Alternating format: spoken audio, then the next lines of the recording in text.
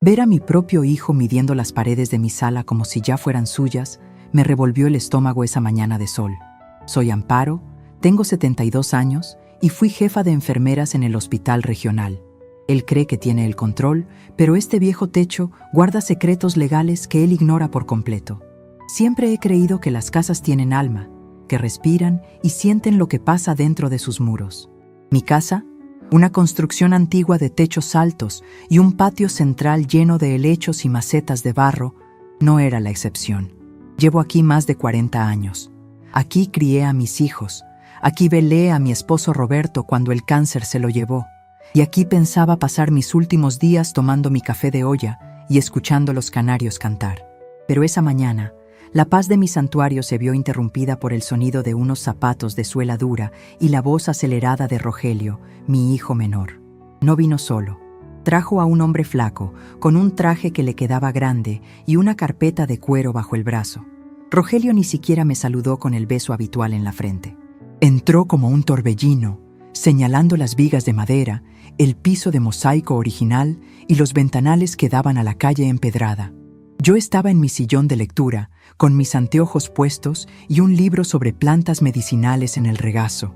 Me quité los lentes despacio, aplicando esa paciencia infinita que aprendí en mis años de enfermera, cuando tenía que tratar con doctores arrogantes o pacientes asustados. Mamá, perdona la hora, pero el licenciado Buitrago tiene la agenda llenísima y logré que nos hiciera un espacio, dijo Rogelio, sin mirarme a los ojos. Se frotaba las manos, un gesto que siempre hacía cuando estaba nervioso o tramando algo. El tal Buitrago hizo una inclinación de cabeza que parecía más una burla que un saludo. Sus ojos recorrieron la sala, no viendo los recuerdos, ni las fotos familiares, ni el esfuerzo de toda una vida. Él solo veía metros cuadrados, ubicación y signos de pesos. Sentí un frío recorrer mi espalda, y no era por la corriente de aire. Era ese instinto que desarrollé en la sala de urgencias, esa alarma interna que me avisaba cuando un paciente estaba a punto de entrar en crisis. ¿Y a qué se debe tanto apuro, hijo?, pregunté, manteniendo la voz firme. No quería que notaran que mis manos temblaban ligeramente sobre la tela de mi falda. «Es una oportunidad, mamá, una oportunidad de oro», respondió él, caminando hacia la ventana. «Mira esta casa, es enorme, demasiado grande para ti sola. El mantenimiento, la limpieza, los impuestos. Te estás comiendo tus ahorros en este elefante blanco». Elefante blanco. Así llamó al hogar donde aprendió a caminar. Sentí una punzada en el pecho, pero mantuve mi cara de póker. Años de ver dolor y sufrimiento me habían enseñado a no desmoronarme frente a las malas noticias. El tal Buitrago sacó un aparato pequeño, un medidor láser, y empezó a disparar luces rojas contra mis paredes. El pitido del aparato sonaba como un insulto en el silencio de la mañana. «Excelente ubicación, doña Amparo», dijo el hombre con una voz rasposa. «Zona céntrica, alta plusvalía. Los desarrolladores están pagando muy bien por terrenos como este para hacer oficinas o departamentos de lujo. Claro, la estructura es vieja, probablemente haya que demoler, pero el terreno vale una fortuna». ¿Demoler? La palabra retumbó en mis oídos. Querían tirar abajo las paredes donde colgaban los diplomas de mis nietos, la cocina donde preparé miles de cenas de Navidad, el patio donde Roberto me enseñó a bailar danzón. Miré a Rogelio, esperando que defendiera nuestra historia, pero él solo asentía, con los ojos brillosos de codicia. «Exacto, licenciado. Eso es lo que le digo a mi madre», intervino Rogelio, acercándose a mí y poniendo una mano en mi hombro. Su tacto se sentía pesado, falso. «Mamá, escucha. Vendemos esto y te mudas a un apartamento pequeño, moderno, algo fácil de limpiar, con elevador, cerca de la clínica. Con lo que sobre, tendremos dinero suficiente para que vivas como reina, y yo podremos invertir en ese negocio de importaciones del que te hablé. Es ganar, ganar». Ahí estaba, el negocio. Siempre había un negocio. Desde que Rogelio era joven, siempre buscaba el camino fácil, el atajo. Nunca tuvo la disciplina de su padre, que era carpintero y trabajaba de sol a sol, ni la mía, que doblaba turnos en el hospital para que no faltara nada en la mesa. Rogelio quería ser rico rápido, y sus fracasos anteriores los habíamos pagado nosotros. Pero esto era diferente. Ahora quería vender mi techo para tapar sus agujeros financieros. La injusticia me golpeó como una bofetada. No me estaba preguntando, me estaba informando. Había traído al tasador sin consultarme, asumiendo que yo, la vieja viuda, simplemente aceptaría lo que el hombre de la casa decidiera. Me sentí pequeña por un instante, vulnerable. La vejez tiene esa trampa. La gente empieza a tratarte como si tu cerebro se arrugara junto con tu piel. Creen que porque caminas despacio, piensas despacio. Creen que porque necesitas ayuda para abrir un frasco, necesitas ayuda para decidir sobre tu vida. El licenciado Buitrago seguía anotando cosas en su libreta, murmurando cifras. Yo diría que podemos cerrar el trato en menos de un mes si tenemos los papeles en regla. El mercado está hambriento. Rogelio sonrió. Era la sonrisa del cazador que ya tiene a la presa en la mira. ¿Lo ves, mamá? En un mes, todo resuelto. Ya no tendrás que preocuparte por las goteras ni por barrer este patio inmenso. Me quedé mirándolo fijamente. Vi las ojeras bajo sus ojos, la camisa un poco arrugada, la ansiedad en su postura. Mi hijo estaba desesperado. Probablemente debía dinero, mucho dinero, y yo era su solución, o mejor dicho, mi casa era su solución. Me dolió el corazón, no por la casa, sino por él, por ver en lo que se había convertido. Un hombre capaz de echar a su madre de su hogar para salvar su propio pellejo. Pero entonces, algo cambió dentro de mí. El dolor dio paso a una claridad fría, metálica. Recordé quién era yo. Yo era Amparo, la que organizaba las huelgas de enfermeras cuando no nos pagaban lo justo, la que se enfrentó al director del hospital cuando querían recortar el presupuesto de medicamentos, la que crió a 3 hijos y cuidó de un marido enfermo hasta el último suspiro. No era una viejita desvalida. Y sobre todo, recordé un detalle crucial. Un detalle que Rogelio, en su arrogancia y prisa, había olvidado o quizás nunca se molestó en investigar a fondo. Asentí con la cabeza, lenta y pausadamente. «Está bien, hijo», dije con voz suave, casi sumisa. «Si tú crees que es lo mejor». La cara de Rogelio se iluminó como si hubiera ganado la lotería. Sus hombros se relajaron y soltó un suspiro largo. «Sabía que entenderías, mamá. Es lo mejor, te lo juro. Vas a estar mucho más cómoda». El licenciado Buitrago dejó de medir y se acercó, extendiéndome una tarjeta. «Una decisión sabia, señora. Necesitaremos las escrituras para empezar el avalúo formal y preparar el contrato de promesa de venta». «Las buscaré», respondí, levantándome del sillón con ayuda de mi bastón. No lo necesitaba siempre, pero hoy me servía para parecer más frágil. «Deben estar en el despacho de Roberto, en la caja fuerte. Denme unos días para organizar los papeles. Ya saben cómo somos los viejos, guardamos todo y luego no encontramos nada. Tómate tu tiempo, mamá. Pero no mucho, ¿eh? El mercado no espera», dijo Rogelio, guiñándole un ojo al tasador. Los acompañé hasta la puerta de madera maciza. Rogelio me dio un beso rápido en la mejilla, ya con la mente en el dinero que creía tener en el bolsillo. «Te llamo mañana, mamá. Ve empacando las cosas pequeñas. Lo que no sirva, lo tiramos». Cerré la puerta y pasé el cerrojo. El sonido metálico resonó en el zaguán. Me quedé allí unos segundos, apoyada en la madera fresca, respirando el olor a cera para pisos y a las flores de mi patio. «Lo que no sirva, lo tiramos», había dicho. Caminé despacio hacia la cocina. Me serví una taza de café que ya estaba tibio, pero no me importó. Me senté en la mesa de madera rústica y miré hacia el jardín. Mis manos ya no temblaban, ahora estaban firmes. Rogelio pensaba que esto sería fácil. Pensaba que la casa era mía, herencia directa de su padre hacia mí, y que por lo tanto yo podía venderla o que él, como heredero futuro, tenía derechos sobre ella. Roberto, mi difunto esposo, era un hombre sencillo pero muy astuto. Él conocía bien a sus hijos, sabía quién era trabajador y quién era un soñador irresponsable. Años antes de morir, cuando su salud empezó a fallar y Rogelio ya daba muestras de sus malos pasos financieros, Roberto y yo tuvimos una larga conversación en esta misma cocina. Una noche de lluvia y café. «Amparo», me dijo él, tomándome la mano, «no quiero que Rogelio te deje en la calle cuando yo falte. Ese muchacho tiene buen corazón, pero la cabeza llena de humo.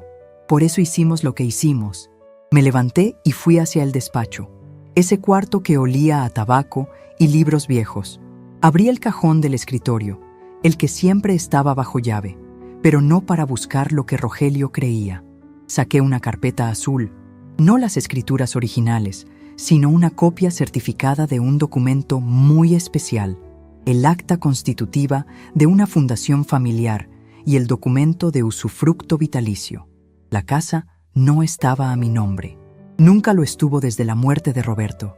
Legalmente, esta casona pertenecía a una entidad jurídica creada para preservar el patrimonio histórico del barrio, y la única beneficiaria final, en caso de disolución, no era yo, ni Rogelio, ni mis otros hijos.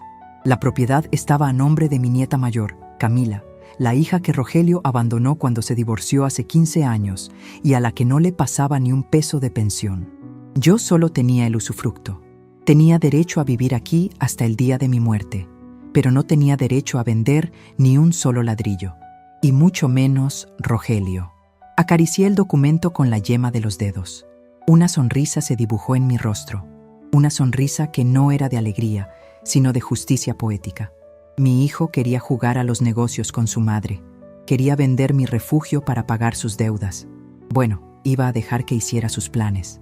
Iba a dejar que se ilusionara, que gastara a cuenta, que se comprometiera con sus socios. Iba a dejar que trajera a los compradores, porque no hay mejor lección para un hijo malagradecido que dejarlo caer por el precipicio de su propia ambición. Guardé la carpeta de nuevo y cerré el cajón con llave. El clic sonó definitivo. ¿Quieres vender la casa, mijo? Susurré al aire vacío de la habitación. Vamos a ver quién vende a quién. Me dirigí al teléfono de disco que aún conservaba en la mesita del pasillo. Tenía que hacer una llamada. No a un abogado. No todavía. Tenía que llamar a Camila, mi nieta, que ahora era arquitecta en la capital.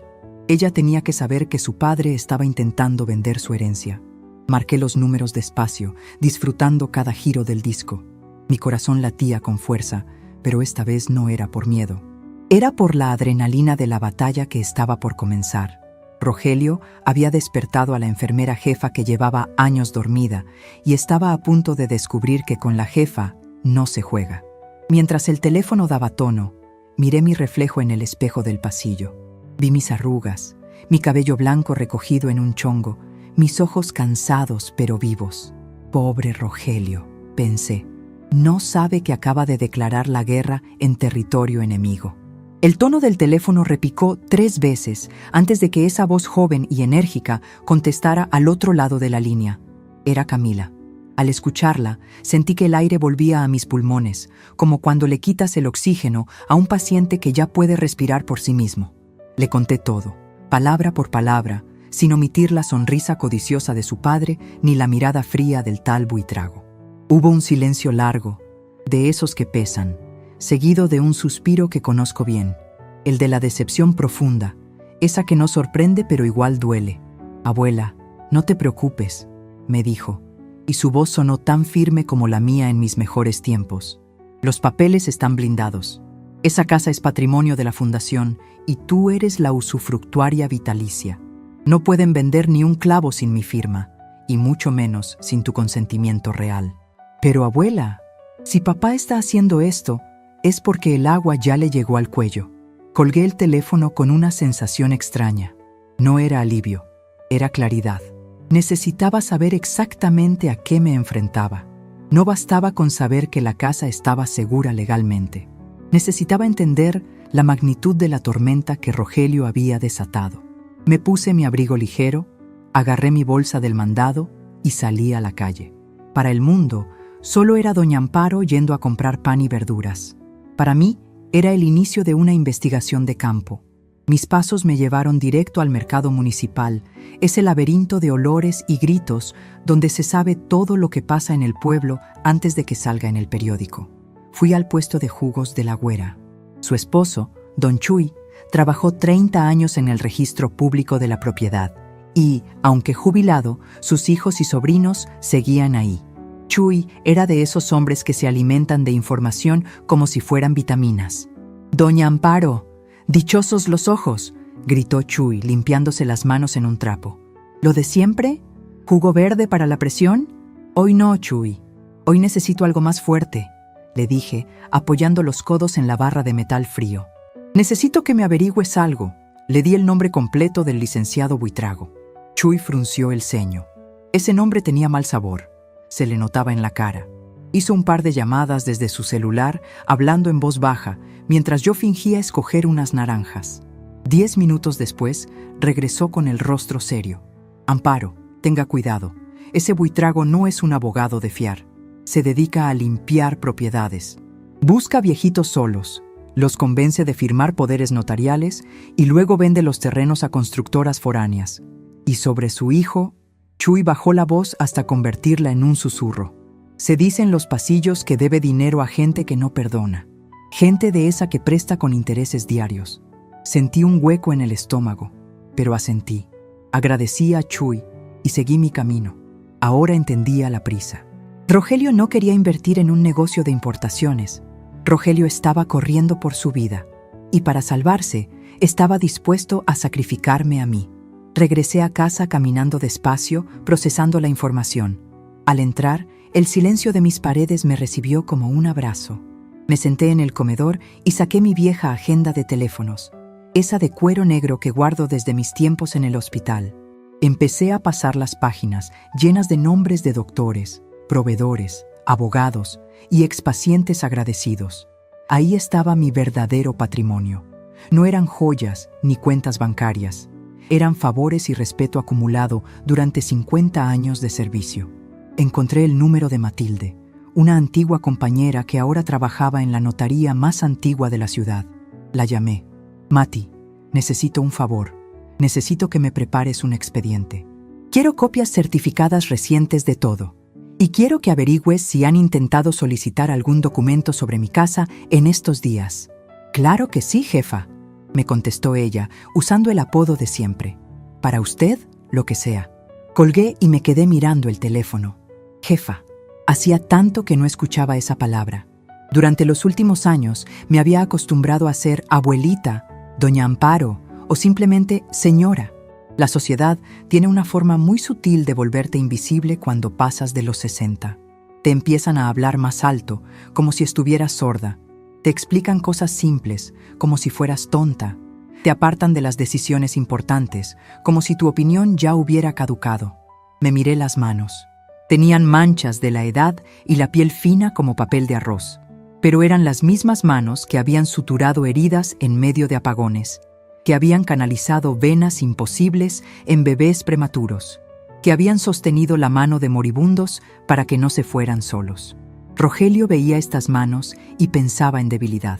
Pensaba que eran fáciles de torcer para que firmaran un papel. Qué equivocado estaba. Me levanté y fui a mi habitación. Abrí el armario y saqué una caja de zapatos vieja que tenía escondida al fondo, debajo de unas colchas de invierno. Dentro no había zapatos, sino recuerdos de mis batallas sindicales. Recortes de periódico donde aparecía yo, más joven y con el pelo negro, liderando la marcha por salarios dignos. «Las enfermeras no se rinden», decía el titular. Leí esa frase en voz alta. «Las enfermeras no se rinden». Sonreí.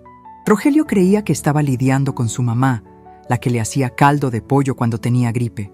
No sabía que también estaba lidiando con la mujer que hizo temblar al secretario de Salud Estatal en el 98. Esa mujer no había muerto, solo estaba descansando y acababa de despertar. Esa tarde, Rogelio volvió a aparecer. Traía más cajas de cartón, de esas baratas que se compran en las papelerías. Entró sin tocar, como si ya fuera el dueño. «Mamá, te traje esto para que empecemos a empacar la biblioteca», dijo, dejando las cajas en el suelo con estruendo. «Buitrago dice que los compradores vienen el viernes. Necesitamos que la casa se vea despejada, minimalista». Lo observé desde mi sillón. Se le veía sudoroso, ansioso. Sus ojos recorrían la habitación buscando objetos de valor que pudieran estorbar o quizás venderse por separado. «Ay, hijo, qué rápido va todo», dije, impostando una voz un poco más temblorosa de lo normal. Me acomodé los lentes y lo miré con esa inocencia fingida que a veces usamos los viejos para que nos dejen en paz. «Pero tienes razón, hay mucho tiliche aquí». Exacto, mamá. Tiliches, basura vieja, respondió él, tomando una figura de porcelana de la repisa y mirándola con desprecio. Todo esto solo acumula polvo. En el departamento nuevo tendrás todo limpio, blanco, moderno. Me mordí la lengua para no contestarle que esa basura vieja era un regalo de su abuela. En lugar de eso, me levanté con esfuerzo, apoyándome pesadamente en el bastón. ¿Y qué departamento es, hijo? ¿Tienes fotos?, pregunté, acercándome a él. Rogelio sacó su celular rápidamente y me mostró unas imágenes. Mira, es este. Está en preventa, pero nos lo entregan en 2 meses. Mientras tanto, puedes quedarte, no sé, en una residencia temporal o algo así. Es un edificio inteligente, mamá. Miré la pantalla. Era un cajón de zapatos. Un estudio de 40 metros cuadrados en una zona periférica, lejos de todo, sin balcones, sin vida. Residencia temporal, dijo. Me quería meter en un asilo barato mientras se gastaba el dinero de la venta. La frialdad de su plan me heló la sangre, pero también avivó el fuego de mi determinación. Se ve muy práctico, comenté, devolviéndole el teléfono. Pero hijo, hay un problema. Rogelio se puso tenso de inmediato. ¿Qué problema? Mamá, no empieces con peros. Ya hablamos. El tasador ya hizo los números. No, no es eso, dije, sacudiendo la mano como restándole importancia. Es que no encuentro las escrituras. Ya busqué en la caja fuerte y no están. Debo haberlas movido del lugar cuando pintamos el despacho hace 2 años. Ya ves cómo es mi cabeza últimamente. La mentira fluyó suave, dulce. Sabía que si le decía que las escrituras no existían a mi nombre, él buscaría en el registro público y se daría cuenta del pastel antes de tiempo. Necesitaba ganar tiempo para que él mismo se ahorcara con sus promesas a los usureros. Rogelio resopló, frustrado. Se pasó las manos por el cabello, despeinándose. Mamá, por favor, te dije que era urgente. Buitrago necesita los datos del folio real para redactar el contrato de promesa de venta. Si no firmamos la promesa esta semana, los compradores se van a ir. Lo sé. Voy a buscar bien. Mañana viene Lupita a ayudarme con la limpieza profunda. Seguro ella sabe dónde puse esa carpeta. Tú tranquilo, hijo. Todo va a salir como tiene que salir. Él me miró con una mezcla de impaciencia y lástima. Está bien, pero búscalas. No podemos fallar en esto. El negocio depende de esto. ¿Tu negocio?, repetí, saboreando la palabra. Sí, claro. Oye, ¿y ese señor Buitrago es de confianza? Se le ve muy serio. Es el mejor, mamá. Un tiburón. Él se encarga de todo. Tú solo tienes que poner tu firma y recibir el cheque. Bueno, yo lo administraré por ti para que no te estreses con los bancos. Ahí estaba la confesión final. Yo no vería ni un centavo. Él administraría todo.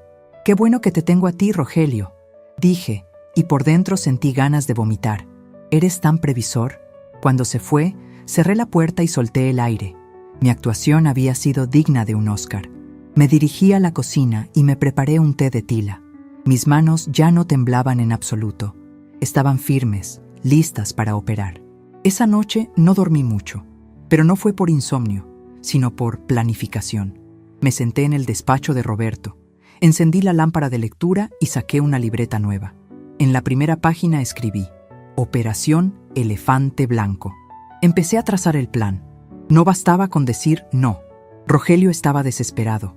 Si yo simplemente me negaba, él podría intentar falsificar mi firma, o peor, presionarme físicamente. Tenía que hacerle creer que la venta era un hecho inminente hasta el último segundo. Tenía que dejar que se comprometiera con Buitrago y con sus acreedores. Tenía que llevarlo hasta la orilla del precipicio y dejar que la inercia hiciera el resto. Necesitaba aliados. Camila ya estaba a bordo, pero necesitaba presencia física. Llamé a mi comadre Socorro, que vive a 2 cuadras. Socorro es viuda de un juez y sabe más de leyes por ósmosis que muchos abogados graduados. «Soco, despierta», le dije cuando contestó con voz adormilada. «Necesito que vengas mañana temprano. Vamos a tener un cafecito estratégico. Y tráete tu mejor traje sastre, el azul marino». «¿Amparo? ¿Qué pasa? ¿Estás bien?» «Estoy mejor que nunca, Soco. Pero voy a necesitar un testigo de calidad. Voy a vender la casa. O al menos, eso es lo que vamos a hacerles creer. Al colgar, me quedé mirando la foto de Roberto que estaba sobre el escritorio. En ella, él sonreía con esa mueca socarrona que ponía cuando ganaba en el dominó.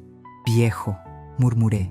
«Tu hijo salió más necio que una mula, pero no te preocupes, le voy a dar la lección que no le dimos cuando tenía 15 años». Al día siguiente, la casa se transformó. No en lo que Rogelio quería, sino en mi campo de batalla. Con la ayuda de Lupita, mi señora de la limpieza de toda la vida, empezamos a mover muebles. No para empacar, sino para exhibir. Limpiamos la platería, sacudimos las alfombras persas, abrillatamos los pisos de madera hasta que parecían espejos. «Doña Amparo, ¿entonces sí se va a ir?», me preguntó Lupita con los ojos llorosos mientras pulía un candelabro. La tomé de las manos y la miré fijamente.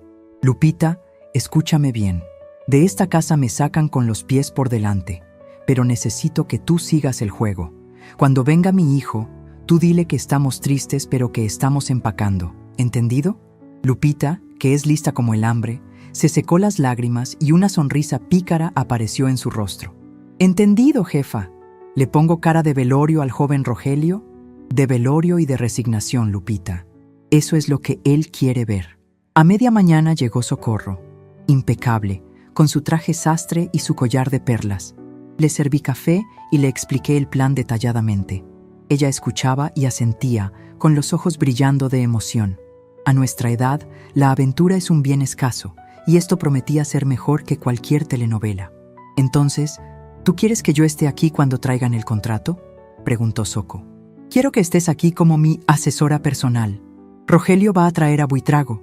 Buitrago va a intentar intimidarme con términos legales. Tú vas a estar ahí para hacer preguntas incómodas, para distraerlos, para ganar tiempo mientras Camila llega desde la capital. Ella viene el viernes, el mismo día que quieren firmar». «Me encanta», dijo Socorro, dando un sorbo a su café. Siempre me cayó mal ese Buitrago. Una vez intentó cobrarle de más a mi hermana por un trámite sencillo. Será un placer verle la cara cuando se le caiga el teatro.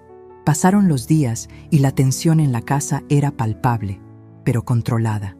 Rogelio venía a diario, cada vez más nervioso, cada vez más agresivo con sus prisas. Yo jugaba mi papel a la perfección. La anciana confundida que busca papeles y no los encuentra, que duda, que pide explicaciones repetitivas. «Mamá, ya te dije que el usufructo se cancela con la venta», me gritó el jueves por la tarde, perdiendo la paciencia. «Firma el poder para que Buitrago saque las copias del registro». Lo miré asustada, haciéndome pequeña en mi sillón. «No me grites, hijo. Me pones nerviosa y se me olvida dónde dejé la llave de la caja fuerte». Él respiró hondo, tratando de controlarse. Su teléfono no dejaba de vibrar en su bolsillo. Sabía que eran los cobradores. Podía oler su miedo. Era un olor agrio, metálico. «Perdón, mamá. Es que es mucho estrés. Mañana a las 10 vienen los compradores y Buitrago con el contrato final. Tienen el cheque listo. Si no firmamos mañana, perdemos la oportunidad. Y si perdemos la oportunidad…». Se quedó callado, mirando al vacío. «¿Qué pasa si perdemos la oportunidad, Rogelio?», pregunté suavemente. «Nada, solo que es importante para mi futuro, para nuestro futuro». «Está bien, hijo. Mañana a las 10. Tendré todo listo». Cuando se fue, sentí una mezcla de tristeza y poder. Tristeza porque mi hijo me estaba mintiendo en la cara, confirmando que su pellejo valía más que mi bienestar. Poder, porque él no sabía que tener todo listo significaba algo muy diferente para mí. Esa noche, preparé mi ropa para el día siguiente. No me pondría el vestido gris de estar en casa. Saqué mi traje sastre color vino, el que usé cuando recibí el reconocimiento por mis años de servicio. Me lustré los zapatos. Busqué mis mejores aretes. Fui al despacho y abrí, por fin, la caja fuerte. Ahí estaba la carpeta azul, la original, la que Rogelio creía perdida o inexistente. La puse sobre el escritorio, justo en el centro, donde no pudiera ser ignorada. Pero hice algo más. Debajo de la carpeta coloqué una foto vieja. Una foto de Rogelio de niño, montado en una bicicleta en este mismo patio, sonriendo con inocencia. Quería que la viera. Quería que recordara, aunque fuera por un segundo, lo que estaba a punto de destruir. Me acosté temprano, pero con los ojos abiertos en la oscuridad, escuchando los crujidos de la casa. Las vigas de madera se acomodaban con el cambio de temperatura. Parecía que la casa suspiraba, expectante. «Tranquila», le susurré a las paredes. «Mañana limpiamos la basura. Mañana sería el día. Rogelio traería a sus lobos. Yo los estaría esperando, no como una oveja, sino como la loba vieja que defiende su guarida. Y no estaría sola. Camila ya venía en camino, manejando toda la noche desde la ciudad. Socorro llegaría a las 9 para preparar el café. Todo estaba dispuesto en el tablero. Rogelio pensaba que iba a dar jaque mate en 2 movimientos. Pobre iluso. No se había dado cuenta de que estaba jugando contra la maestra y que la reina en este tablero nunca había estado desprotegida. Cerré los ojos y visualicé el momento. La firma, el cheque, la revelación. Sería doloroso, sí, pero como solía decirles a mis pacientes cuando tenía que limpiar una herida infectada, va a arder un poco, pero es la única forma de que sane. El reloj de péndulo del pasillo dio las 12. El día del juicio había comenzado. El espejo del tocador me devolvió la imagen de una mujer que no veía hacía mucho tiempo. No era la abuela que hornea galletas, ni la viuda que riega las plantas en bata. La mujer que me miraba tenía los labios pintados de un rojo discreto pero firme, el cabello blanco recogido en un peinado impecable y llevaba puesto el traje sastre color vino, ese que usaba para las reuniones con el sindicato o para recibir a los inspectores de salud. Me abotoné el saco con calma, sintiendo cómo la tela estructurada me obligaba a enderezar la espalda. Mi postura cambió. Mis hombros, que habían cargado con la tristeza de la traición de mi hijo estos últimos días, se alinearon con la dignidad de quien sabe que tiene la razón. Me rocié un poco del perfume de gardenias que a Roberto tanto le gustaba. Era mi armadura invisible. Hoy no olía a medicina ni a vejez. Hoy olía a autoridad. Escuché el timbre. Eran las 9 en punto. Socorro, puntual como un reloj suizo, ya estaba en la puerta. Al abrirle, sus ojos se abrieron como platos y soltó una carcajada suave y cómplice. «Vaya, Amparo, si te ve el médico del pueblo le da un infarto, pero de la impresión.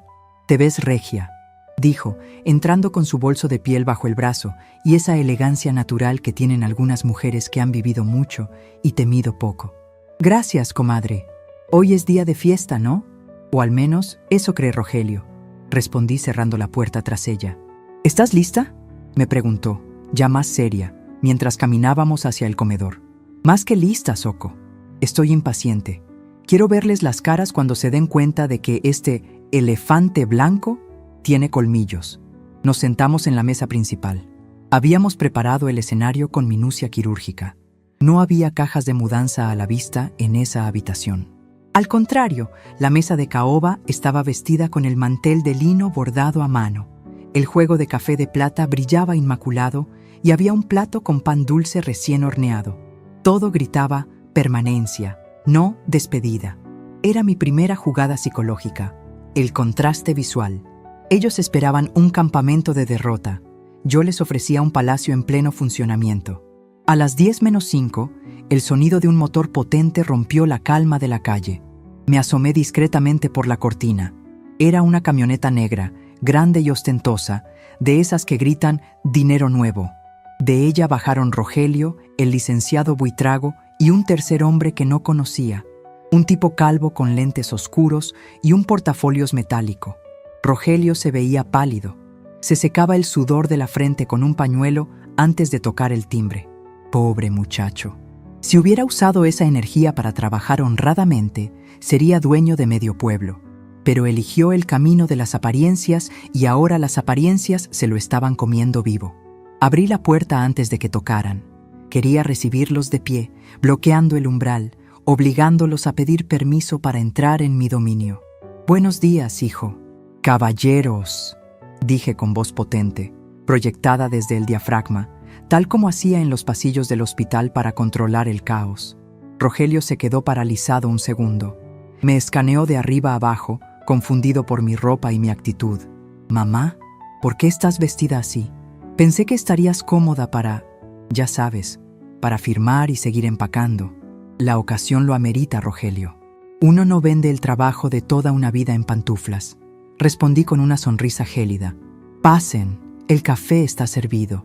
El licenciado Buitrago entró con esa arrogancia barata que lo caracterizaba, pero se detuvo en seco al ver a Socorro sentada a la cabecera de la mesa, revisando unos papeles con sus gafas de lectura en la punta de la nariz. ¿Y esta señora?, preguntó Buitrago, visiblemente molesto.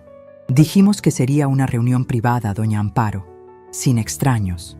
Más respeto, licenciado, intervine cerrando la puerta con un golpe seco. La señora Socorro es mi asesora personal y testigo de fe. A mi edad, uno no firma ni la lista del supermercado sin que alguien de confianza revise la letra chiquita. ¿Algún problema con eso? El tercer hombre, el calvo, se quitó los lentes oscuros y miró a Buitrago con impaciencia. No tengo todo el día, Buitrago. Dijiste que esto era un trámite rápido. Y lo es, señor Rossi, lo es, se apresuró a decir mi hijo con la voz temblorosa. Mamá, por favor, siéntate. El señor Rossi tiene mucha prisa, es un desarrollador muy importante y nos está haciendo un favor al comprar la propiedad tal como está. Nos sentamos. El ambiente estaba tan tenso que se podría haber cortado con un bisturí. Buitrago sacó un legajo de documentos de su carpeta y los empujó hacia mí sobre la mesa, casi derribando la azucarera de plata. Aquí está el contrato de promesa de compraventa, doña Amparo, y el poder notarial irrevocable para que su hijo gestione los trámites finales. Solo necesita firmar al margen de cada hoja y al final. Nosotros nos encargamos del resto. Tomé los papeles. Sentí la mirada de los tres hombres clavada en mis manos. Esperaban que agarrara la pluma de inmediato, como la viejita dócil que creían que era. En lugar de eso, saqué mi estuche de lentes, los limpié parsimoniosamente con un pañuelo de tela y me los coloqué. «El café está delicioso. ¿Gustan?», pregunté, ignorando el contrato por un momento. «No queremos café, señora. Queremos su firma», espetó el señor Rossi, tamborileando los dedos sobre la mesa. «La prisa es mala consejera, señor Rossi», dije, mirándolo a los ojos por encima de mis lentes. «En el quirófano, si uno se apura, el paciente se muere. Y aquí, el paciente es mi casa». Empecé a leer. Leí despacio, moviendo los labios ligeramente, deteniéndome en cada cláusula. El silencio se hacía insoportable para ellos. Escuchaba la respiración agitada de Rogelio a mi lado. Olía su miedo. Era una mezcla de loción cara y sudor rancio. «Mamá, de verdad, ya revisamos todo. Es un precio estándar», insistió Rogelio, acercando una pluma Montblanc a mi mano. «Cláusula cuarta», leí en voz alta, ignorándolo. El vendedor se compromete a desalojar la propiedad en un plazo no mayor a 5 días hábiles tras la firma de este acuerdo. ¿5 días? Solté una risa seca, sin alegría. «Rogelio, ¿piensas mover 40 años de vida en 5 días? Ni siquiera tienes listo ese departamento inteligente del que me hablaste. Te llevaré a un hotel, mamá, un hotel bonito. Por favor, firma ya». Socorro carraspeó y tomó la hoja que yo había dejado sobre la mesa. «Disculpe, licenciado Buitrago», dijo con voz inocente pero venenosa. «Aquí dice que el pago se realizará mediante transferencia a una cuenta mancomunada a nombre de Rogelio y la señora Amparo. Pero según la ley vigente de protección al adulto mayor, en transacciones de este monto, el titular del bien debe ser el único beneficiario directo para evitar, ¿cómo se dice? Sí, abuso patrimonial». Buitrago se puso rojo como un tomate. Se aflojó el nudo de la corbata. «Eso es un tecnicismo, señora. Es para facilitar la administración, ya que doña Amparo, bueno, a su edad, los bancos son complicados». «Mi cerebro funciona perfectamente, licenciado», interrumpí, golpeando la mesa suavemente con mi dedo índice. «Y mis cuentas bancarias también. Si vendo mi casa, el dinero entra a mi cuenta. A nadie más». Rogelio se levantó de la silla, desesperado.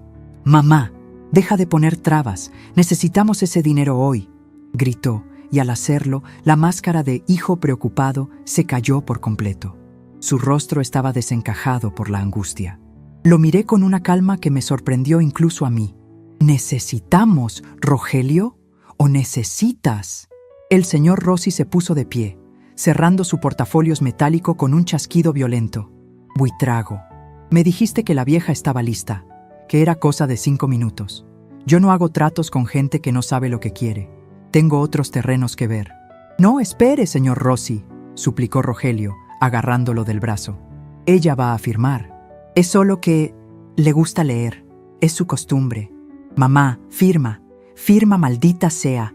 Me van a matar si no les pago. La frase quedó flotando en el aire, pesada y tóxica. Me van a matar. Hubo un silencio sepulcral. Socorro me miró con preocupación, pero yo no me moví. Mantuve la vista fija en mi hijo. Ahí estaba la verdad, desnuda y fea. No había negocio de importaciones, no había futuro brillante. Había deudas de juego, o de vicios, o de préstamos turbios. Mi hijo estaba en el fondo del pozo y quería usarme como escalera para salir, aunque eso significara pisarme la cabeza. Siéntate, Rogelio, ordené. Mi voz no admitía réplica. Era la voz que usaba cuando un médico residente cometía un error grave. Rogelio se dejó caer en la silla, con la cabeza entre las manos, sollozando. El señor Rossi se detuvo, intrigado por el drama o quizás calculando si aún podía sacar provecho. Licenciado Buitrago, dije, girándome hacia el abogado. Veo que redactó este contrato asumiendo muchas cosas.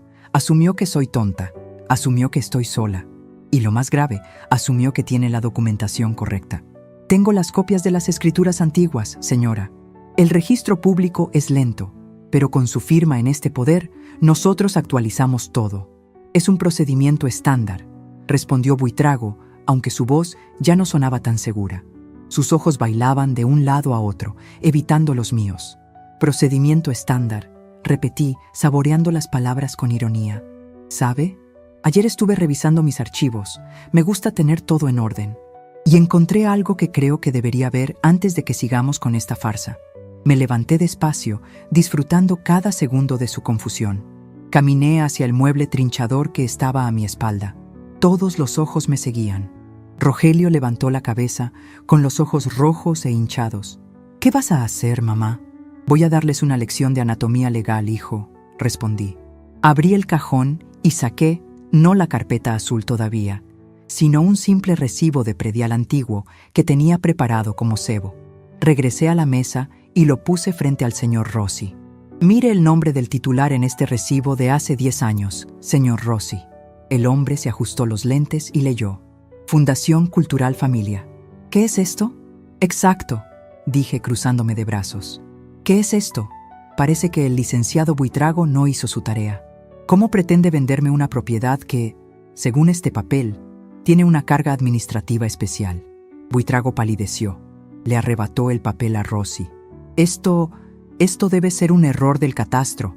Pasa todo el tiempo. La propiedad era de su esposo, y usted es la heredera única. Tengo el testamento. Tiene un testamento de 1995, licenciado. Roberto murió en el 2010. ¿No se le ocurrió pensar que quizás, solo quizás, hubo cambios en 15 años?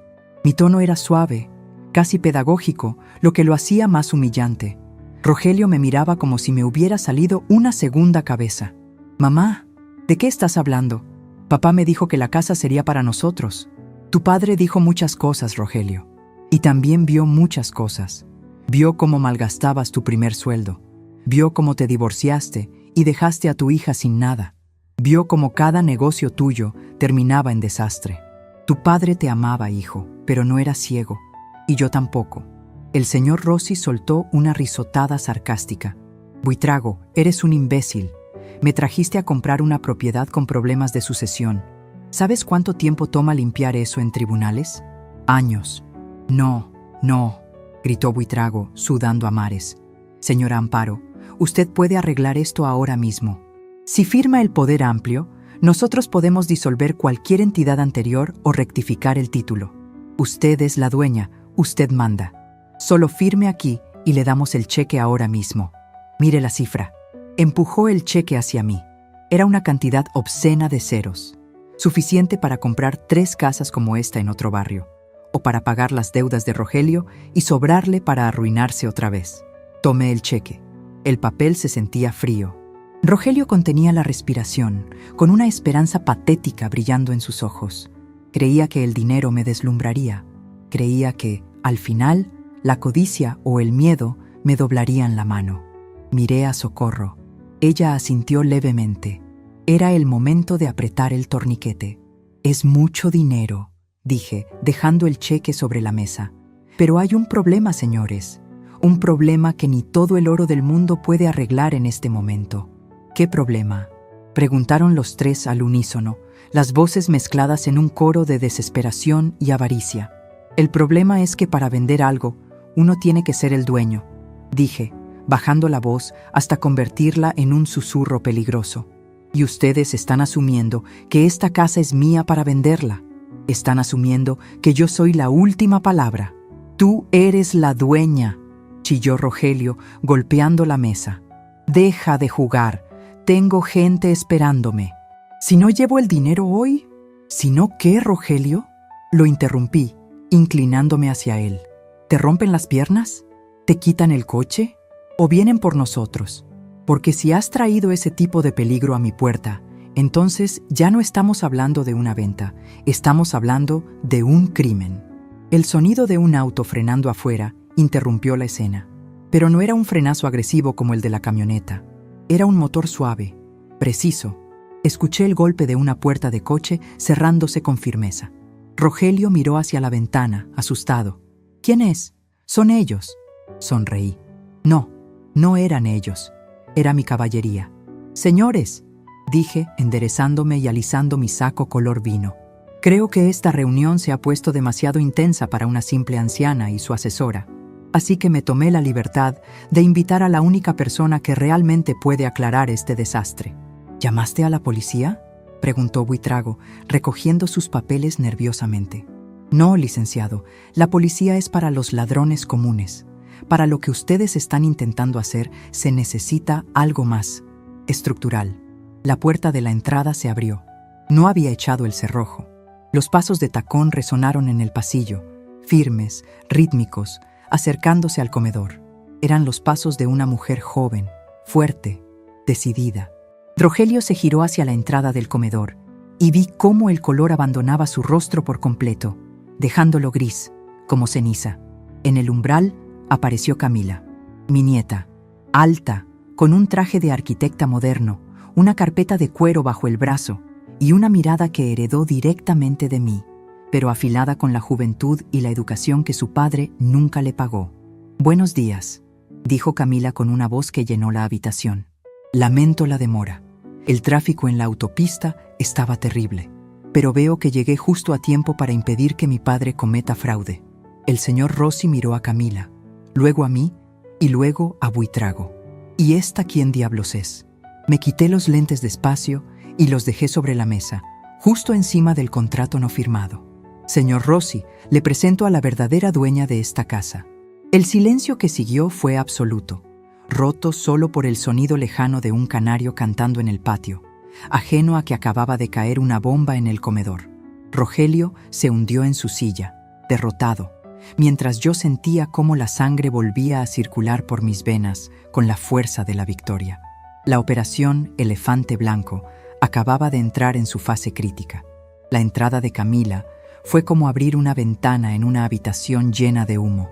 El aire viciado por la codicia y el miedo pareció disiparse un instante ante su presencia, pero lo que siguió fue el estruendo de una tormenta que se desata justo encima de nuestras cabezas. El señor Rossi, ese hombre que minutos antes golpeaba mi mesa con la seguridad de quien compra caramelos, se puso de pie tan bruscamente que su silla chilló contra el piso de madera, dejando una marca que luego tendría que pulir. Su rostro había pasado de la arrogancia al rojo vivo de la furia contenida. «¿Qué significa esto, Buitrago?», bramó Rossi, ignorando por completo a mi nieta y dirigiéndose al abogado como quien regaña a un perro mal entrenado. «Me dijiste que la propiedad estaba limpia. Me dijiste que la vieja, que la señora estaba sola y lista para firmar». Buitrago, el tiburón que Rogelio me había prometido, parecía ahora un pez boqueando fuera del agua. Se aflojaba el cuello de la camisa con dedos temblorosos, mirando alternativamente a Camila, a mí y a la puerta, como calculando las probabilidades de salir corriendo sin que Rossi lo atrapara. «Señor Rossi, le juro que mis investigaciones preliminares, el registro», balbuceaba, tratando de recoger los papeles esparcidos en la mesa con torpeza. «Debe haber un error administrativo. Seguro que esta jovencita está confundida». Rogelio, mi pobre y desesperado hijo, reaccionó de la única forma que sabe, atacando a quien considera más débil. Se levantó y encaró a su hija, a esa muchacha a la que no veía desde su graduación de preparatoria y a la que no había llamado ni para desearle feliz cumpleaños en una década. «¡Camila! ¿Qué haces aquí?», gritó, intentando recuperar esa autoridad paterna que perdió hace años junto con su dignidad. «Esta es una reunión de negocios. Sal de aquí inmediatamente. No tienes vela en este entierro». Camila ni siquiera parpadeó. Se mantuvo firme, con los tacones clavados en el suelo y esa carpeta de cuero abrazada contra su pecho como un escudo. Me miró de reojo y me guiñó un ojo, un gesto imperceptible para los hombres, pero que a mí me llenó el corazón de orgullo. «Hola, papá», dijo ella con una frialdad que heló la habitación. «Tienes razón, esto es un negocio. El negocio de intentar estafar a mi abuela y vender mi propiedad. Así que sí, tengo mucha vela en este entierro. De hecho, soy la dueña de la funeraria». «No digas estupideces». Rogelio se giró hacia mí, con los ojos desorbitados. «Mamá, dile algo. Dile que se vaya. Tenemos que firmar. El señor Rossi se va a ir».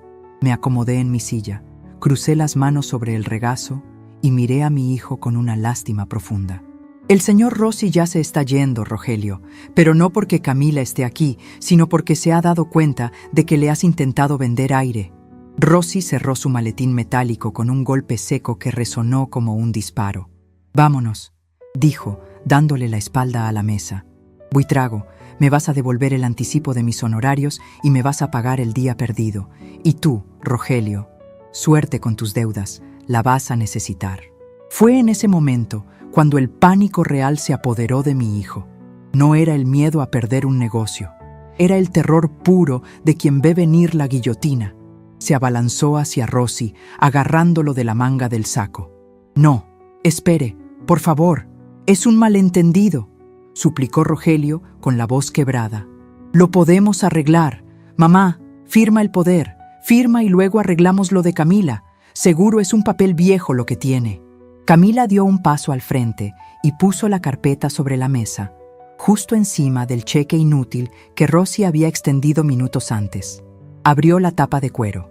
Dentro no había papeles viejos ni amarillentos. Había documentos recientes, con sellos holográficos y firmas frescas ante notario.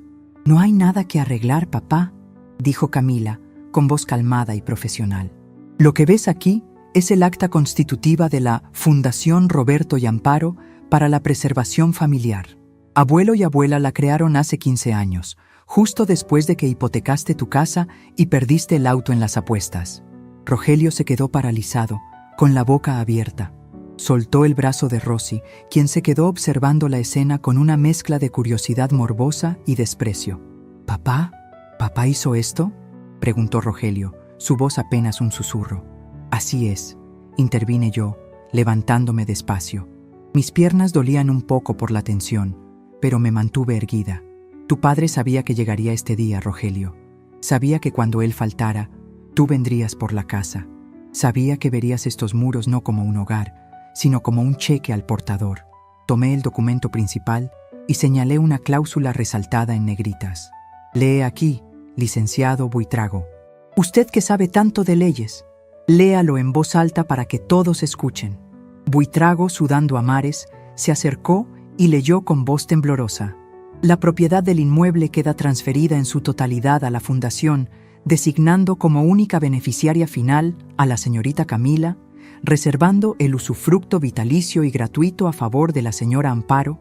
Dicho usufructo es inalienable, inembargable e intransferible». Se hizo un silencio espeso. Buitrago tragó saliva. Esto está blindado. Es una donación con reserva de usufructo bajo una figura de fideicomiso civil. No se puede romper, ni siquiera con la firma de doña Amparo. Ella solo tiene derecho a vivir aquí, no a vender». Rogelio se dejó caer en la silla de nuevo, como si le hubieran cortado las cuerdas que lo sostenían. Se llevó las manos a la cabeza, jalándose el pelo. «Pero, ¿por qué? ¿Por qué me hicieron esto? Soy su hijo. Soy su hijo. Por eso mismo, Rogelio», le contesté, y sentí que las lágrimas me picaban en los ojos, no de tristeza, sino de rabia acumulada. «Porque eres nuestro hijo y te conocemos. Porque Roberto trabajó 40 años respirando acerrín y barniz para levantar este techo. porque yo doblé turnos inyectando penicilina y limpiando vómitos para pagar este piso. No íbamos a dejar que tu falta de control tirara todo eso a la basura en una tarde. Camila se acercó a su padre, pero no lo tocó. Mantuvo una distancia prudente, como si él fuera un paciente contagioso. Abuelo me llamó cuando cumplí 18 años, papá. Me llevó a la notaría. Me explicó todo. Me hizo jurar que protegería a la abuela. Me dijo, tu padre es un buen hombre, pero tiene un agujero en la mano y otro en el alma. No dejes que deje a tu abuela en la calle. Y eso es exactamente lo que intentaste hacer hoy. El señor Rossi soltó una carcajada corta y seca. Vaya, vaya. Así que el estafador resultó estafado por sus propios padres muertos. Esto es mejor que el cine. Miró a Rogelio con asco. Eres patético, Rogelio. Me hiciste perder el tiempo con una propiedad que ni es tuya. Rossi tomó su maletín y caminó hacia la salida. Al pasar junto a Buitrago, le dio un empujón en el hombro. Y tú, inútil, más te vale que tengas mi dinero listo para mañana. Si no, vas a conocer a mis abogados de verdad. Buitrago, pálido como un papel, recogió sus cosas atropelladamente. Doña Amparo, lamento, yo no sabía, fui engañado por su hijo. Intentó disculparse, retrocediendo hacia la puerta. Ahórrese las disculpas, licenciado, dijo Socorro, que había permanecido en silencio disfrutando del espectáculo, y ahora se ponía de pie. Y lárguese de aquí antes de que llame al colegio de notarios y les cuente cómo intenta presionar a ancianas para firmar documentos sin validez. Tengo amigos ahí que estarían encantados de revisar su licencia. Buitrago salió casi corriendo tras Rossi. Escuchamos el motor de la camioneta arrancar con violencia y alejarse, llevándose consigo la amenaza de la demolición. La casa quedó en silencio de nuevo. Solo quedábamos nosotras tres, el triunvirato, como solía decir mi esposo, y Rogelio, derrumbado en la silla, llorando sin consuelo. Me acerqué a él. A pesar de todo, a pesar de la traición y la mentira, seguía siendo mi niño, el mismo que se raspaba las rodillas en el patio. Pero ya no podía protegerlo de sí mismo. Esa era la lección más dura que una madre tiene que aprender. «Mamá», sollozó él, sin levantar la cara. «Me van a matar. De verdad. Debo 2 millones de pesos. Son prestamistas. Me dieron hasta el fin de semana. Pensé que con la casa...» «Pensaste mal, Rogelio», dije con firmeza, poniendo una mano en su hombro, no para consolarlo, sino para que me mirara. «Pensaste que yo era un mueble viejo que podías mover a tu antojo. Pensaste que tu hija no contaba. Pensaste que podías disponer de lo que no trabajaste». Él levantó la cara. Estaba destrozado. El miedo lo había envejecido 10 años en una hora. «¿Qué voy a hacer? No tengo nada». «Tienes salud», dijo Camila, dura como el acero. «Y tienes 2 manos». Abuelo empezó con un martillo y un serrucho. «Tú querías empezar siendo gerente». «No tengo dónde ir», susurró él. Miré a mi alrededor. Mi sala seguía intacta. Mis fotos seguían en su lugar. El olor a café y pan dulce llenaba el aire. Mi santuario había sobrevivido al asedio. «Aquí no te puedes quedar, Rogelio», sentencié. La frase me dolió en el alma, pero sabía que era necesaria. Si lo dejaba quedarse, los cobradores vendrían aquí. Pondría en riesgo a Camila y a mí misma, y sobre todo, él nunca aprendería. Esta casa es un refugio, no una guarida para esconderse de las consecuencias. «¿Me estás corriendo?», preguntó, incrédulo. «Te estoy salvando, aunque no lo veas», respondí. «Mientras tengas mi techo para tapar tus errores, seguirás cometiéndolos. Tienes que enfrentar esto solo. Vende tu coche, vende tus relojes, habla con la verdad a esa gente. Pide un plan de pagos. Trabaja». Socorro se acercó y me pasó un pañuelo. Me sequé la frente, que empezaba a perlar de sudor ahora que la adrenalina bajaba. «Hijo», continué, suavizando un poco el tono, «durante 40 años te dimos todo. Quizás ese fue nuestro error. Tu padre lo vio al final. Me dejó este papel no solo para protegerme a mí, sino para obligarte a ti a ser hombre. Hoy no perdiste una casa, Rogelio. Hoy perdiste la muleta que te impedía caminar». Rogelio se puso de pie lentamente. Parecía un sonámbulo. Miró a Camila, buscando quizás una última tabla de salvación, pero ella negó con la cabeza y señaló la puerta. «Vete, papá, y no vuelvas hasta que hayas limpiado tu desastre. La abuela no está sola. Me tiene a mí. tiene a Socorro y tiene a esta casa que la defiende. Mi hijo caminó hacia la puerta arrastrando los pies. Al llegar al umbral, se detuvo y miró hacia atrás, recorriendo con la vista el patio lleno de helechos, el lugar donde fue niño. «Perdóname, mamá», dijo con un hilo de voz. «Te perdono, hijo», respondí sinceramente. «Pero el perdón no paga deudas. Ve y arréglalo». Cuando la puerta se cerró tras él, el sonido fue definitivo. No fue un portazo, fue un clic suave, el sonido de una etapa que se cierra para siempre. Mis piernas finalmente cedieron y me senté de golpe en la silla. Socorro corrió a servirme un vaso de agua. Camila se arrodilló a mi lado y puso su cabeza en mi regazo, como cuando era niña. «Lo hiciste muy bien, abuela», murmuró ella. «Estuviste increíble, parecías una generala». Acaricié su cabello. Mis manos, esas manos viejas y manchadas, habían sostenido el timón en medio de la tormenta. «No fui yo, mija», dije, mirando la foto de Roberto en la repisa. «Fue él, y fuiste tú, y fue esta casa». Socorro levantó su taza de café en un brindis silencioso. «Por el elefante blanco», dijo con una sonrisa pícara, que resultó ser más duro que una roca. Bebí el agua despacio. Sentía una mezcla extraña de dolor y alivio. Dolor por mi hijo, que ahora caminaba hacia su propio calvario, pero alivio, un alivio inmenso, porque mi dignidad seguía intacta. Nadie me iba a mover de mi sillón, nadie iba a tirar mis paredes, pero la batalla no había terminado del todo. Rogelio estaba fuera, sí, pero sus deudas eran reales y peligrosas, y aunque la casa estaba legalmente blindada, los hombres a los que debía dinero no solían respetar las leyes ni los fideicomisos. Miré a Camila. Ella estaba revisando su celular, frunciendo el ceño. «Abuela, ¿hay algo más?», dijo, levantando la vista. Mientras venía para acá, investigué un poco a los socios de papá. Esos prestamistas no son gente común. «Lo sé», respondí, sintiendo cómo mi instinto de enfermera de urgencias se activaba de nuevo. «Son tiburones de verdad, no como el payaso de Buitrago. Si papá no paga, vendrán a buscarlo. Y lo primero que van a encontrar en los registros públicos antiguos, antes de ver la actualización de la fundación, es esta dirección». Entendí lo que quería decir.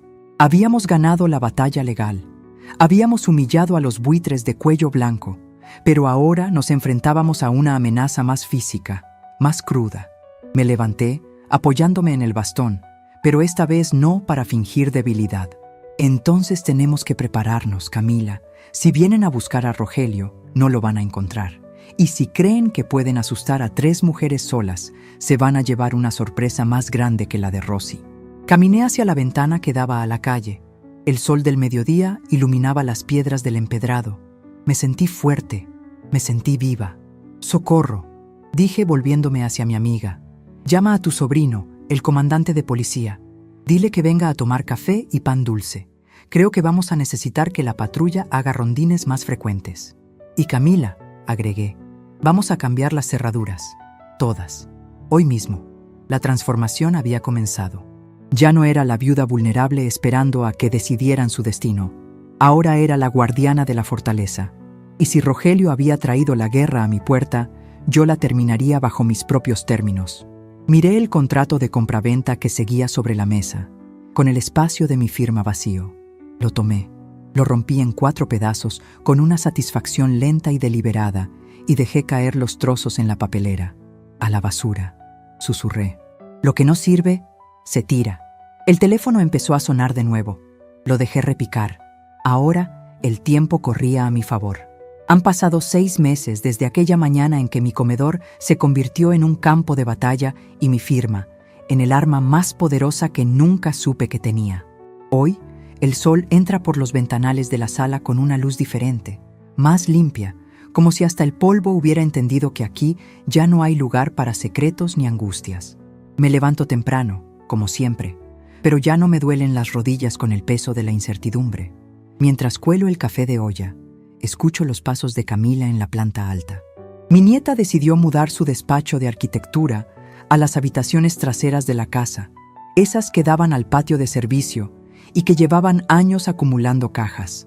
Ahora, en lugar de silencio y olvido, hay planos sobre mesas de dibujo, computadoras modernas y el sonido constante de ideas construyéndose. La casa ha dejado de ser un elefante blanco. Ahora es una colmena. Salgo al patio central con mi taza humeante. Los helechos están más verdes que nunca. Quizás porque Lupita y yo les cantamos mientras regamos. O quizás porque las plantas, al igual que los perros, saben cuando el miedo se ha ido de un hogar. Las cerraduras de la entrada son nuevas, de esas de alta seguridad que Camila mandó instalar esa misma tarde. También hay un par de cámaras discretas. Por si las moscas, abuela, me dijo. Pero la verdad es que los buitres no han vuelto a rondar. Dicen que el diablo es valiente hasta que ve la cruz, y en este caso, la cruz fue el comandante de policía, sobrino de mi comadre Socorro, que empezó a estacionar su patrulla frente a mi zaguán 2 veces al día para saludar. Eso, y la astucia legal de mi nieta, que logró negociar con los acreedores de Rogelio un plan de pagos realista, quitando los intereses abusivos bajo la amenaza de denunciarlos por usura y extorsión. El timbre suena a las 10 en punto. No es un cliente de Camila, ni el cartero. Camino despacio hacia la puerta, apoyándome en mi bastón más por costumbre que por necesidad. Al abrir, me encuentro con una figura que conozco desde que cabía en una caja de zapatos, pero que parece haber envejecido una década en medio año. Es Rogelio. Ya no trae el traje brillante ni el reloj ostentoso. Viste unos pantalones de mezclilla desgastados, botas de trabajo con punta de acero y una camisa de franela a cuadros. Sus manos, antes suaves y cuidadas con manicura, ahora tienen callos y manchas de grasa. «Buenos días, mamá», dice, quitándose la gorra con respeto. No intenta entrar sin permiso. Se queda en el umbral, esperando. «Buenos días, hijo. Pasa, el café está recién hecho». Rogelio entra y se limpia los pies en el tapete con un cuidado excesivo. Se sienta en la cocina, en la misma silla donde lloró su derrota, pero ahora su postura es distinta. Trabaja de lunes a sábado en un taller mecánico en la zona industrial. Empezó barriendo y pasando herramientas. Ahora está aprendiendo a reparar transmisiones. Es un trabajo duro, sucio y honesto. Justo lo que su padre hubiera querido para él desde el principio. Le sirvo una taza y le pongo 2 panes de dulce en el plato. Él los mira como si fueran un tesoro. «¿Cómo va la chamba?», le pregunto sentándome frente a él. «Pesada, mamá. El maestro mecánico es un ogro, me trae cortito. Pero…» Hace una pausa y bebe un sorbo de café. «Duermo mejor. Llego tan cansado que no tengo tiempo de pensar en tonterías. Y cada viernes, cuando cobro mi semana, separo lo de la deuda y me quedo con lo justo para comer y pagar el cuartito donde vivo. Me duele verlo así, tan reducido, pero sé que es un dolor necesario. Es el dolor de la rehabilitación. Me alegra oír eso, Rogelio. Tu padre decía que el dinero que más se disfruta es el que te hace sudar la frente». Tenía razón, susurra él mirando hacia el patio. Tenía razón en todo. «Mamá, yo quería decirte que ya vendí lo último que me quedaba de valor. El reloj aquel que te presumí. Con eso adelanté 2 meses de pago a esa gente. Ya no van a molestarte». «Lo sé, hijo. Camila me tiene al tanto». Él sonríe tristemente al escuchar el nombre de su hija. La relación entre ellos es fría, como un hueso que soldó mal, pero al menos ya no está rota. Se hablan lo necesario. Camila gestiona sus pagos para asegurarse de que no vuelva a caer en la tentación, y él acepta sus condiciones sin rechistar. Ha aprendido que la autoridad no se gana gritando, sino cumpliendo. «¿La puedo ver?», pregunta tímido. Está trabajando atrás. Si no tiene audífonos puestos, igual y te acepta un saludo. Rogelio asiente y termina su café. Antes de irse hacia el patio trasero, se detiene y me pone una mano en el hombro. Ya no se siente pesada ni falsa. Se siente como la mano de un hombre que está intentando reconstruirse. «Gracias por no dejarme vender la casa, mamá. Si lo hubiera hecho, hoy no tendría ni dónde caer muerto, ni a quién pedirle un consejo. Me salvaste de mí mismo. Para eso estamos las madres, mijo. Para cerrar la puerta cuando quieren salir al precipicio y para abrirla cuando vienen de regreso con la lección aprendida». Lo veo alejarse hacia el despacho de Camila y suspiro. No es el final de cuento de hadas donde todos se abrazan y olvidan. Es la vida real. Hay cicatrices, hay deudas y hay vergüenza, pero también hay esperanza.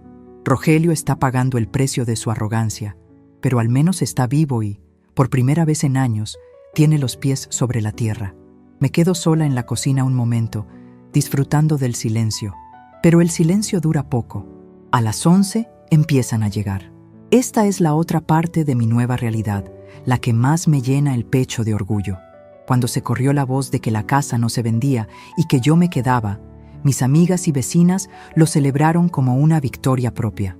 Socorro, con esa visión práctica que tiene, me dijo un día: Amparo, tienes una casa enorme y una experiencia que se está desperdiciando. ¿Por qué no hacemos algo útil? Así nació el consultorio de la experiencia. No es un hospital, ni una clínica formal. Es simplemente mi sala y mi patio abiertos para la comunidad. La primera en llegar es doña Tere, que trae a su nieto con un raspón en la rodilla que no cicatriza bien. Pásale, Tere, le digo, haciéndola pasar al consultorio improvisado que armé en la salita de entrada. A ver ese muchacho valiente. Mientras le curo la herida con la paciencia y la técnica que mis manos nunca olvidaron, Tere me cuenta los chismes del barrio y se desahoga sobre sus problemas con la pensión. Yo no solo pongo vendas y antiséptico, pongo oído y consejo. A veces, una taza de té y una buena charla curan más que una pastilla. Más tarde, llega un grupo de mujeres jóvenes, madres primerizas que vienen al taller que impartimos los jueves. Remedios de antes para problemas de hoy. Les enseñamos a bajar la fiebre con paños, a hacer sueros caseros, a identificar cuándo una tos es peligrosa y cuándo es solo frío. Ellas nos miran con respeto, absorbiendo esos conocimientos que no vienen en Google, esos que se transmiten de boca en boca, de abuela a madre. Ver mi sala llena de vida, escuchando risas y llantos de bebés, me hace pensar en lo equivocado que estaba ese tasador, el tal Buitrago. Él veía metros cuadrados y plusvalía. Él veía paredes viejas que estorbaban. No podía ver que estas paredes son un refugio, una biblioteca viva, un centro de gravedad para la gente que nos rodea. A mediodía, Camila sale de su despacho y se une a nosotras. Trae unos planos bajo el brazo y una sonrisa cansada pero genuina. Abuela, las señoras del tejido ya llegaron. Se instalaron en el patio, bajo la jacaranda. Voy para allá, mi niña. ¿Tú vas a comer aquí? Sí, y papá también. Le dije que si me ayuda a lijar unas maquetas, le invito unas enchiladas. Sonrío. Es un comienzo. Pequeño, frágil, pero un comienzo. Salgo al patio. El sol de la tarde ilumina las macetas de barro y hace brillar el agua de la fuente.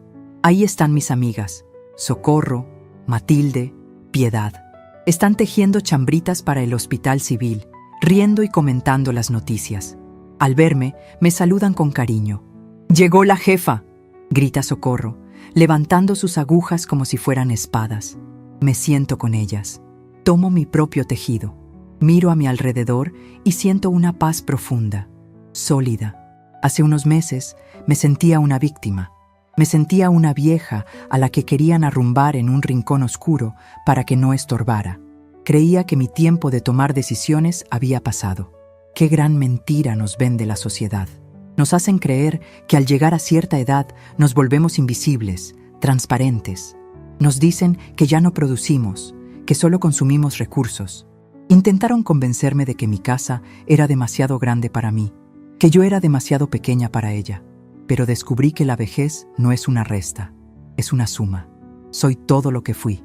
La niña que corría por estas calles, la joven que estudió enfermería contra viento y marea, la esposa que construyó un patrimonio ladrillo a ladrillo, la madre que cometió errores y aciertos. Y soy también esta mujer de 72 años que tuvo el coraje de decir no. Miro hacia la ventana de la cocina y veo a Rogelio lavando los platos mientras Camila le explica algo gesticulando con las manos. Él asiente, escucha, aprende. Se ve más humilde, más humano. Quizás nunca recupere el tiempo perdido, pero está recuperando su alma. Y veo a Camila, mi heredera, la dueña legal de todo esto. Ella no ve la casa como un activo financiero, la ve como un legado. Ya tiene planes para restaurar la fachada original y convertir la planta baja en un centro comunitario formal cuando yo ya no esté. Saber eso me da una tranquilidad que ningún cheque de 7 cifras podría comprar. Roberto tenía razón. Fue un zorro viejo hasta el final. Su plan funcionó mejor de lo que imaginamos. No solo protegió la casa, protegió a la familia de su propia destrucción. Tomo aire profundamente, llenando mis pulmones con el aroma a tierra mojada y guiso casero. Mis manos, que temblaron de miedo frente al tazador, ahora tejen con firmeza una colcha azul. Cada puntada es una afirmación. Aquí estoy, aquí sigo y aquí me quedo. La tarde cae suavemente sobre el barrio. Las campanas de la iglesia suenan a lo lejos. Socorro me da un codazo suave. ¿En qué piensas, Amparo? Tienes esa cara de cuando ganamos la huelga del 98. La miro y suelto una risa suave. Pienso en que la vida da muchas vueltas, comadre. Pensé que me estaba preparando para morir tranquila, y resulta que apenas estoy empezando a vivir mi mejor época. Eso es porque eres dura de roer, mujer, dice ella, guiñándome un ojo. Como esta casa. Sí, como esta casa. Cimientos de piedra, vigas de madera noble y un corazón que late fuerte en el centro. Cuando cae la noche y todos se han ido, cierro el portón con el pasador de hierro. Camino por el pasillo, apagando las luces una a una. Me detengo frente a la foto de Roberto en el despacho. Misión cumplida, viejo, le susurro. El barco sigue a flote. La tripulación está un poco mareada, pero a salvo. Y el capitán, bueno, la capitana sigue al mando. Me voy a la cama con el cuerpo cansado, pero el espíritu ligero. Mi casa me abraza. Mis recuerdos me acompañan. Y mañana, cuando salga el sol, habrá más café, más historias que escuchar y más vida que defender. Porque mientras tenga voz para decir mi verdad y fuerza para sostener mi bastón, nadie va a decidir por mí. Mi nombre es Amparo, y esta es mi fortaleza. La verdadera herencia no son las paredes ni los techos. Es la dignidad de saber que uno es dueño de su propio destino hasta el último suspiro.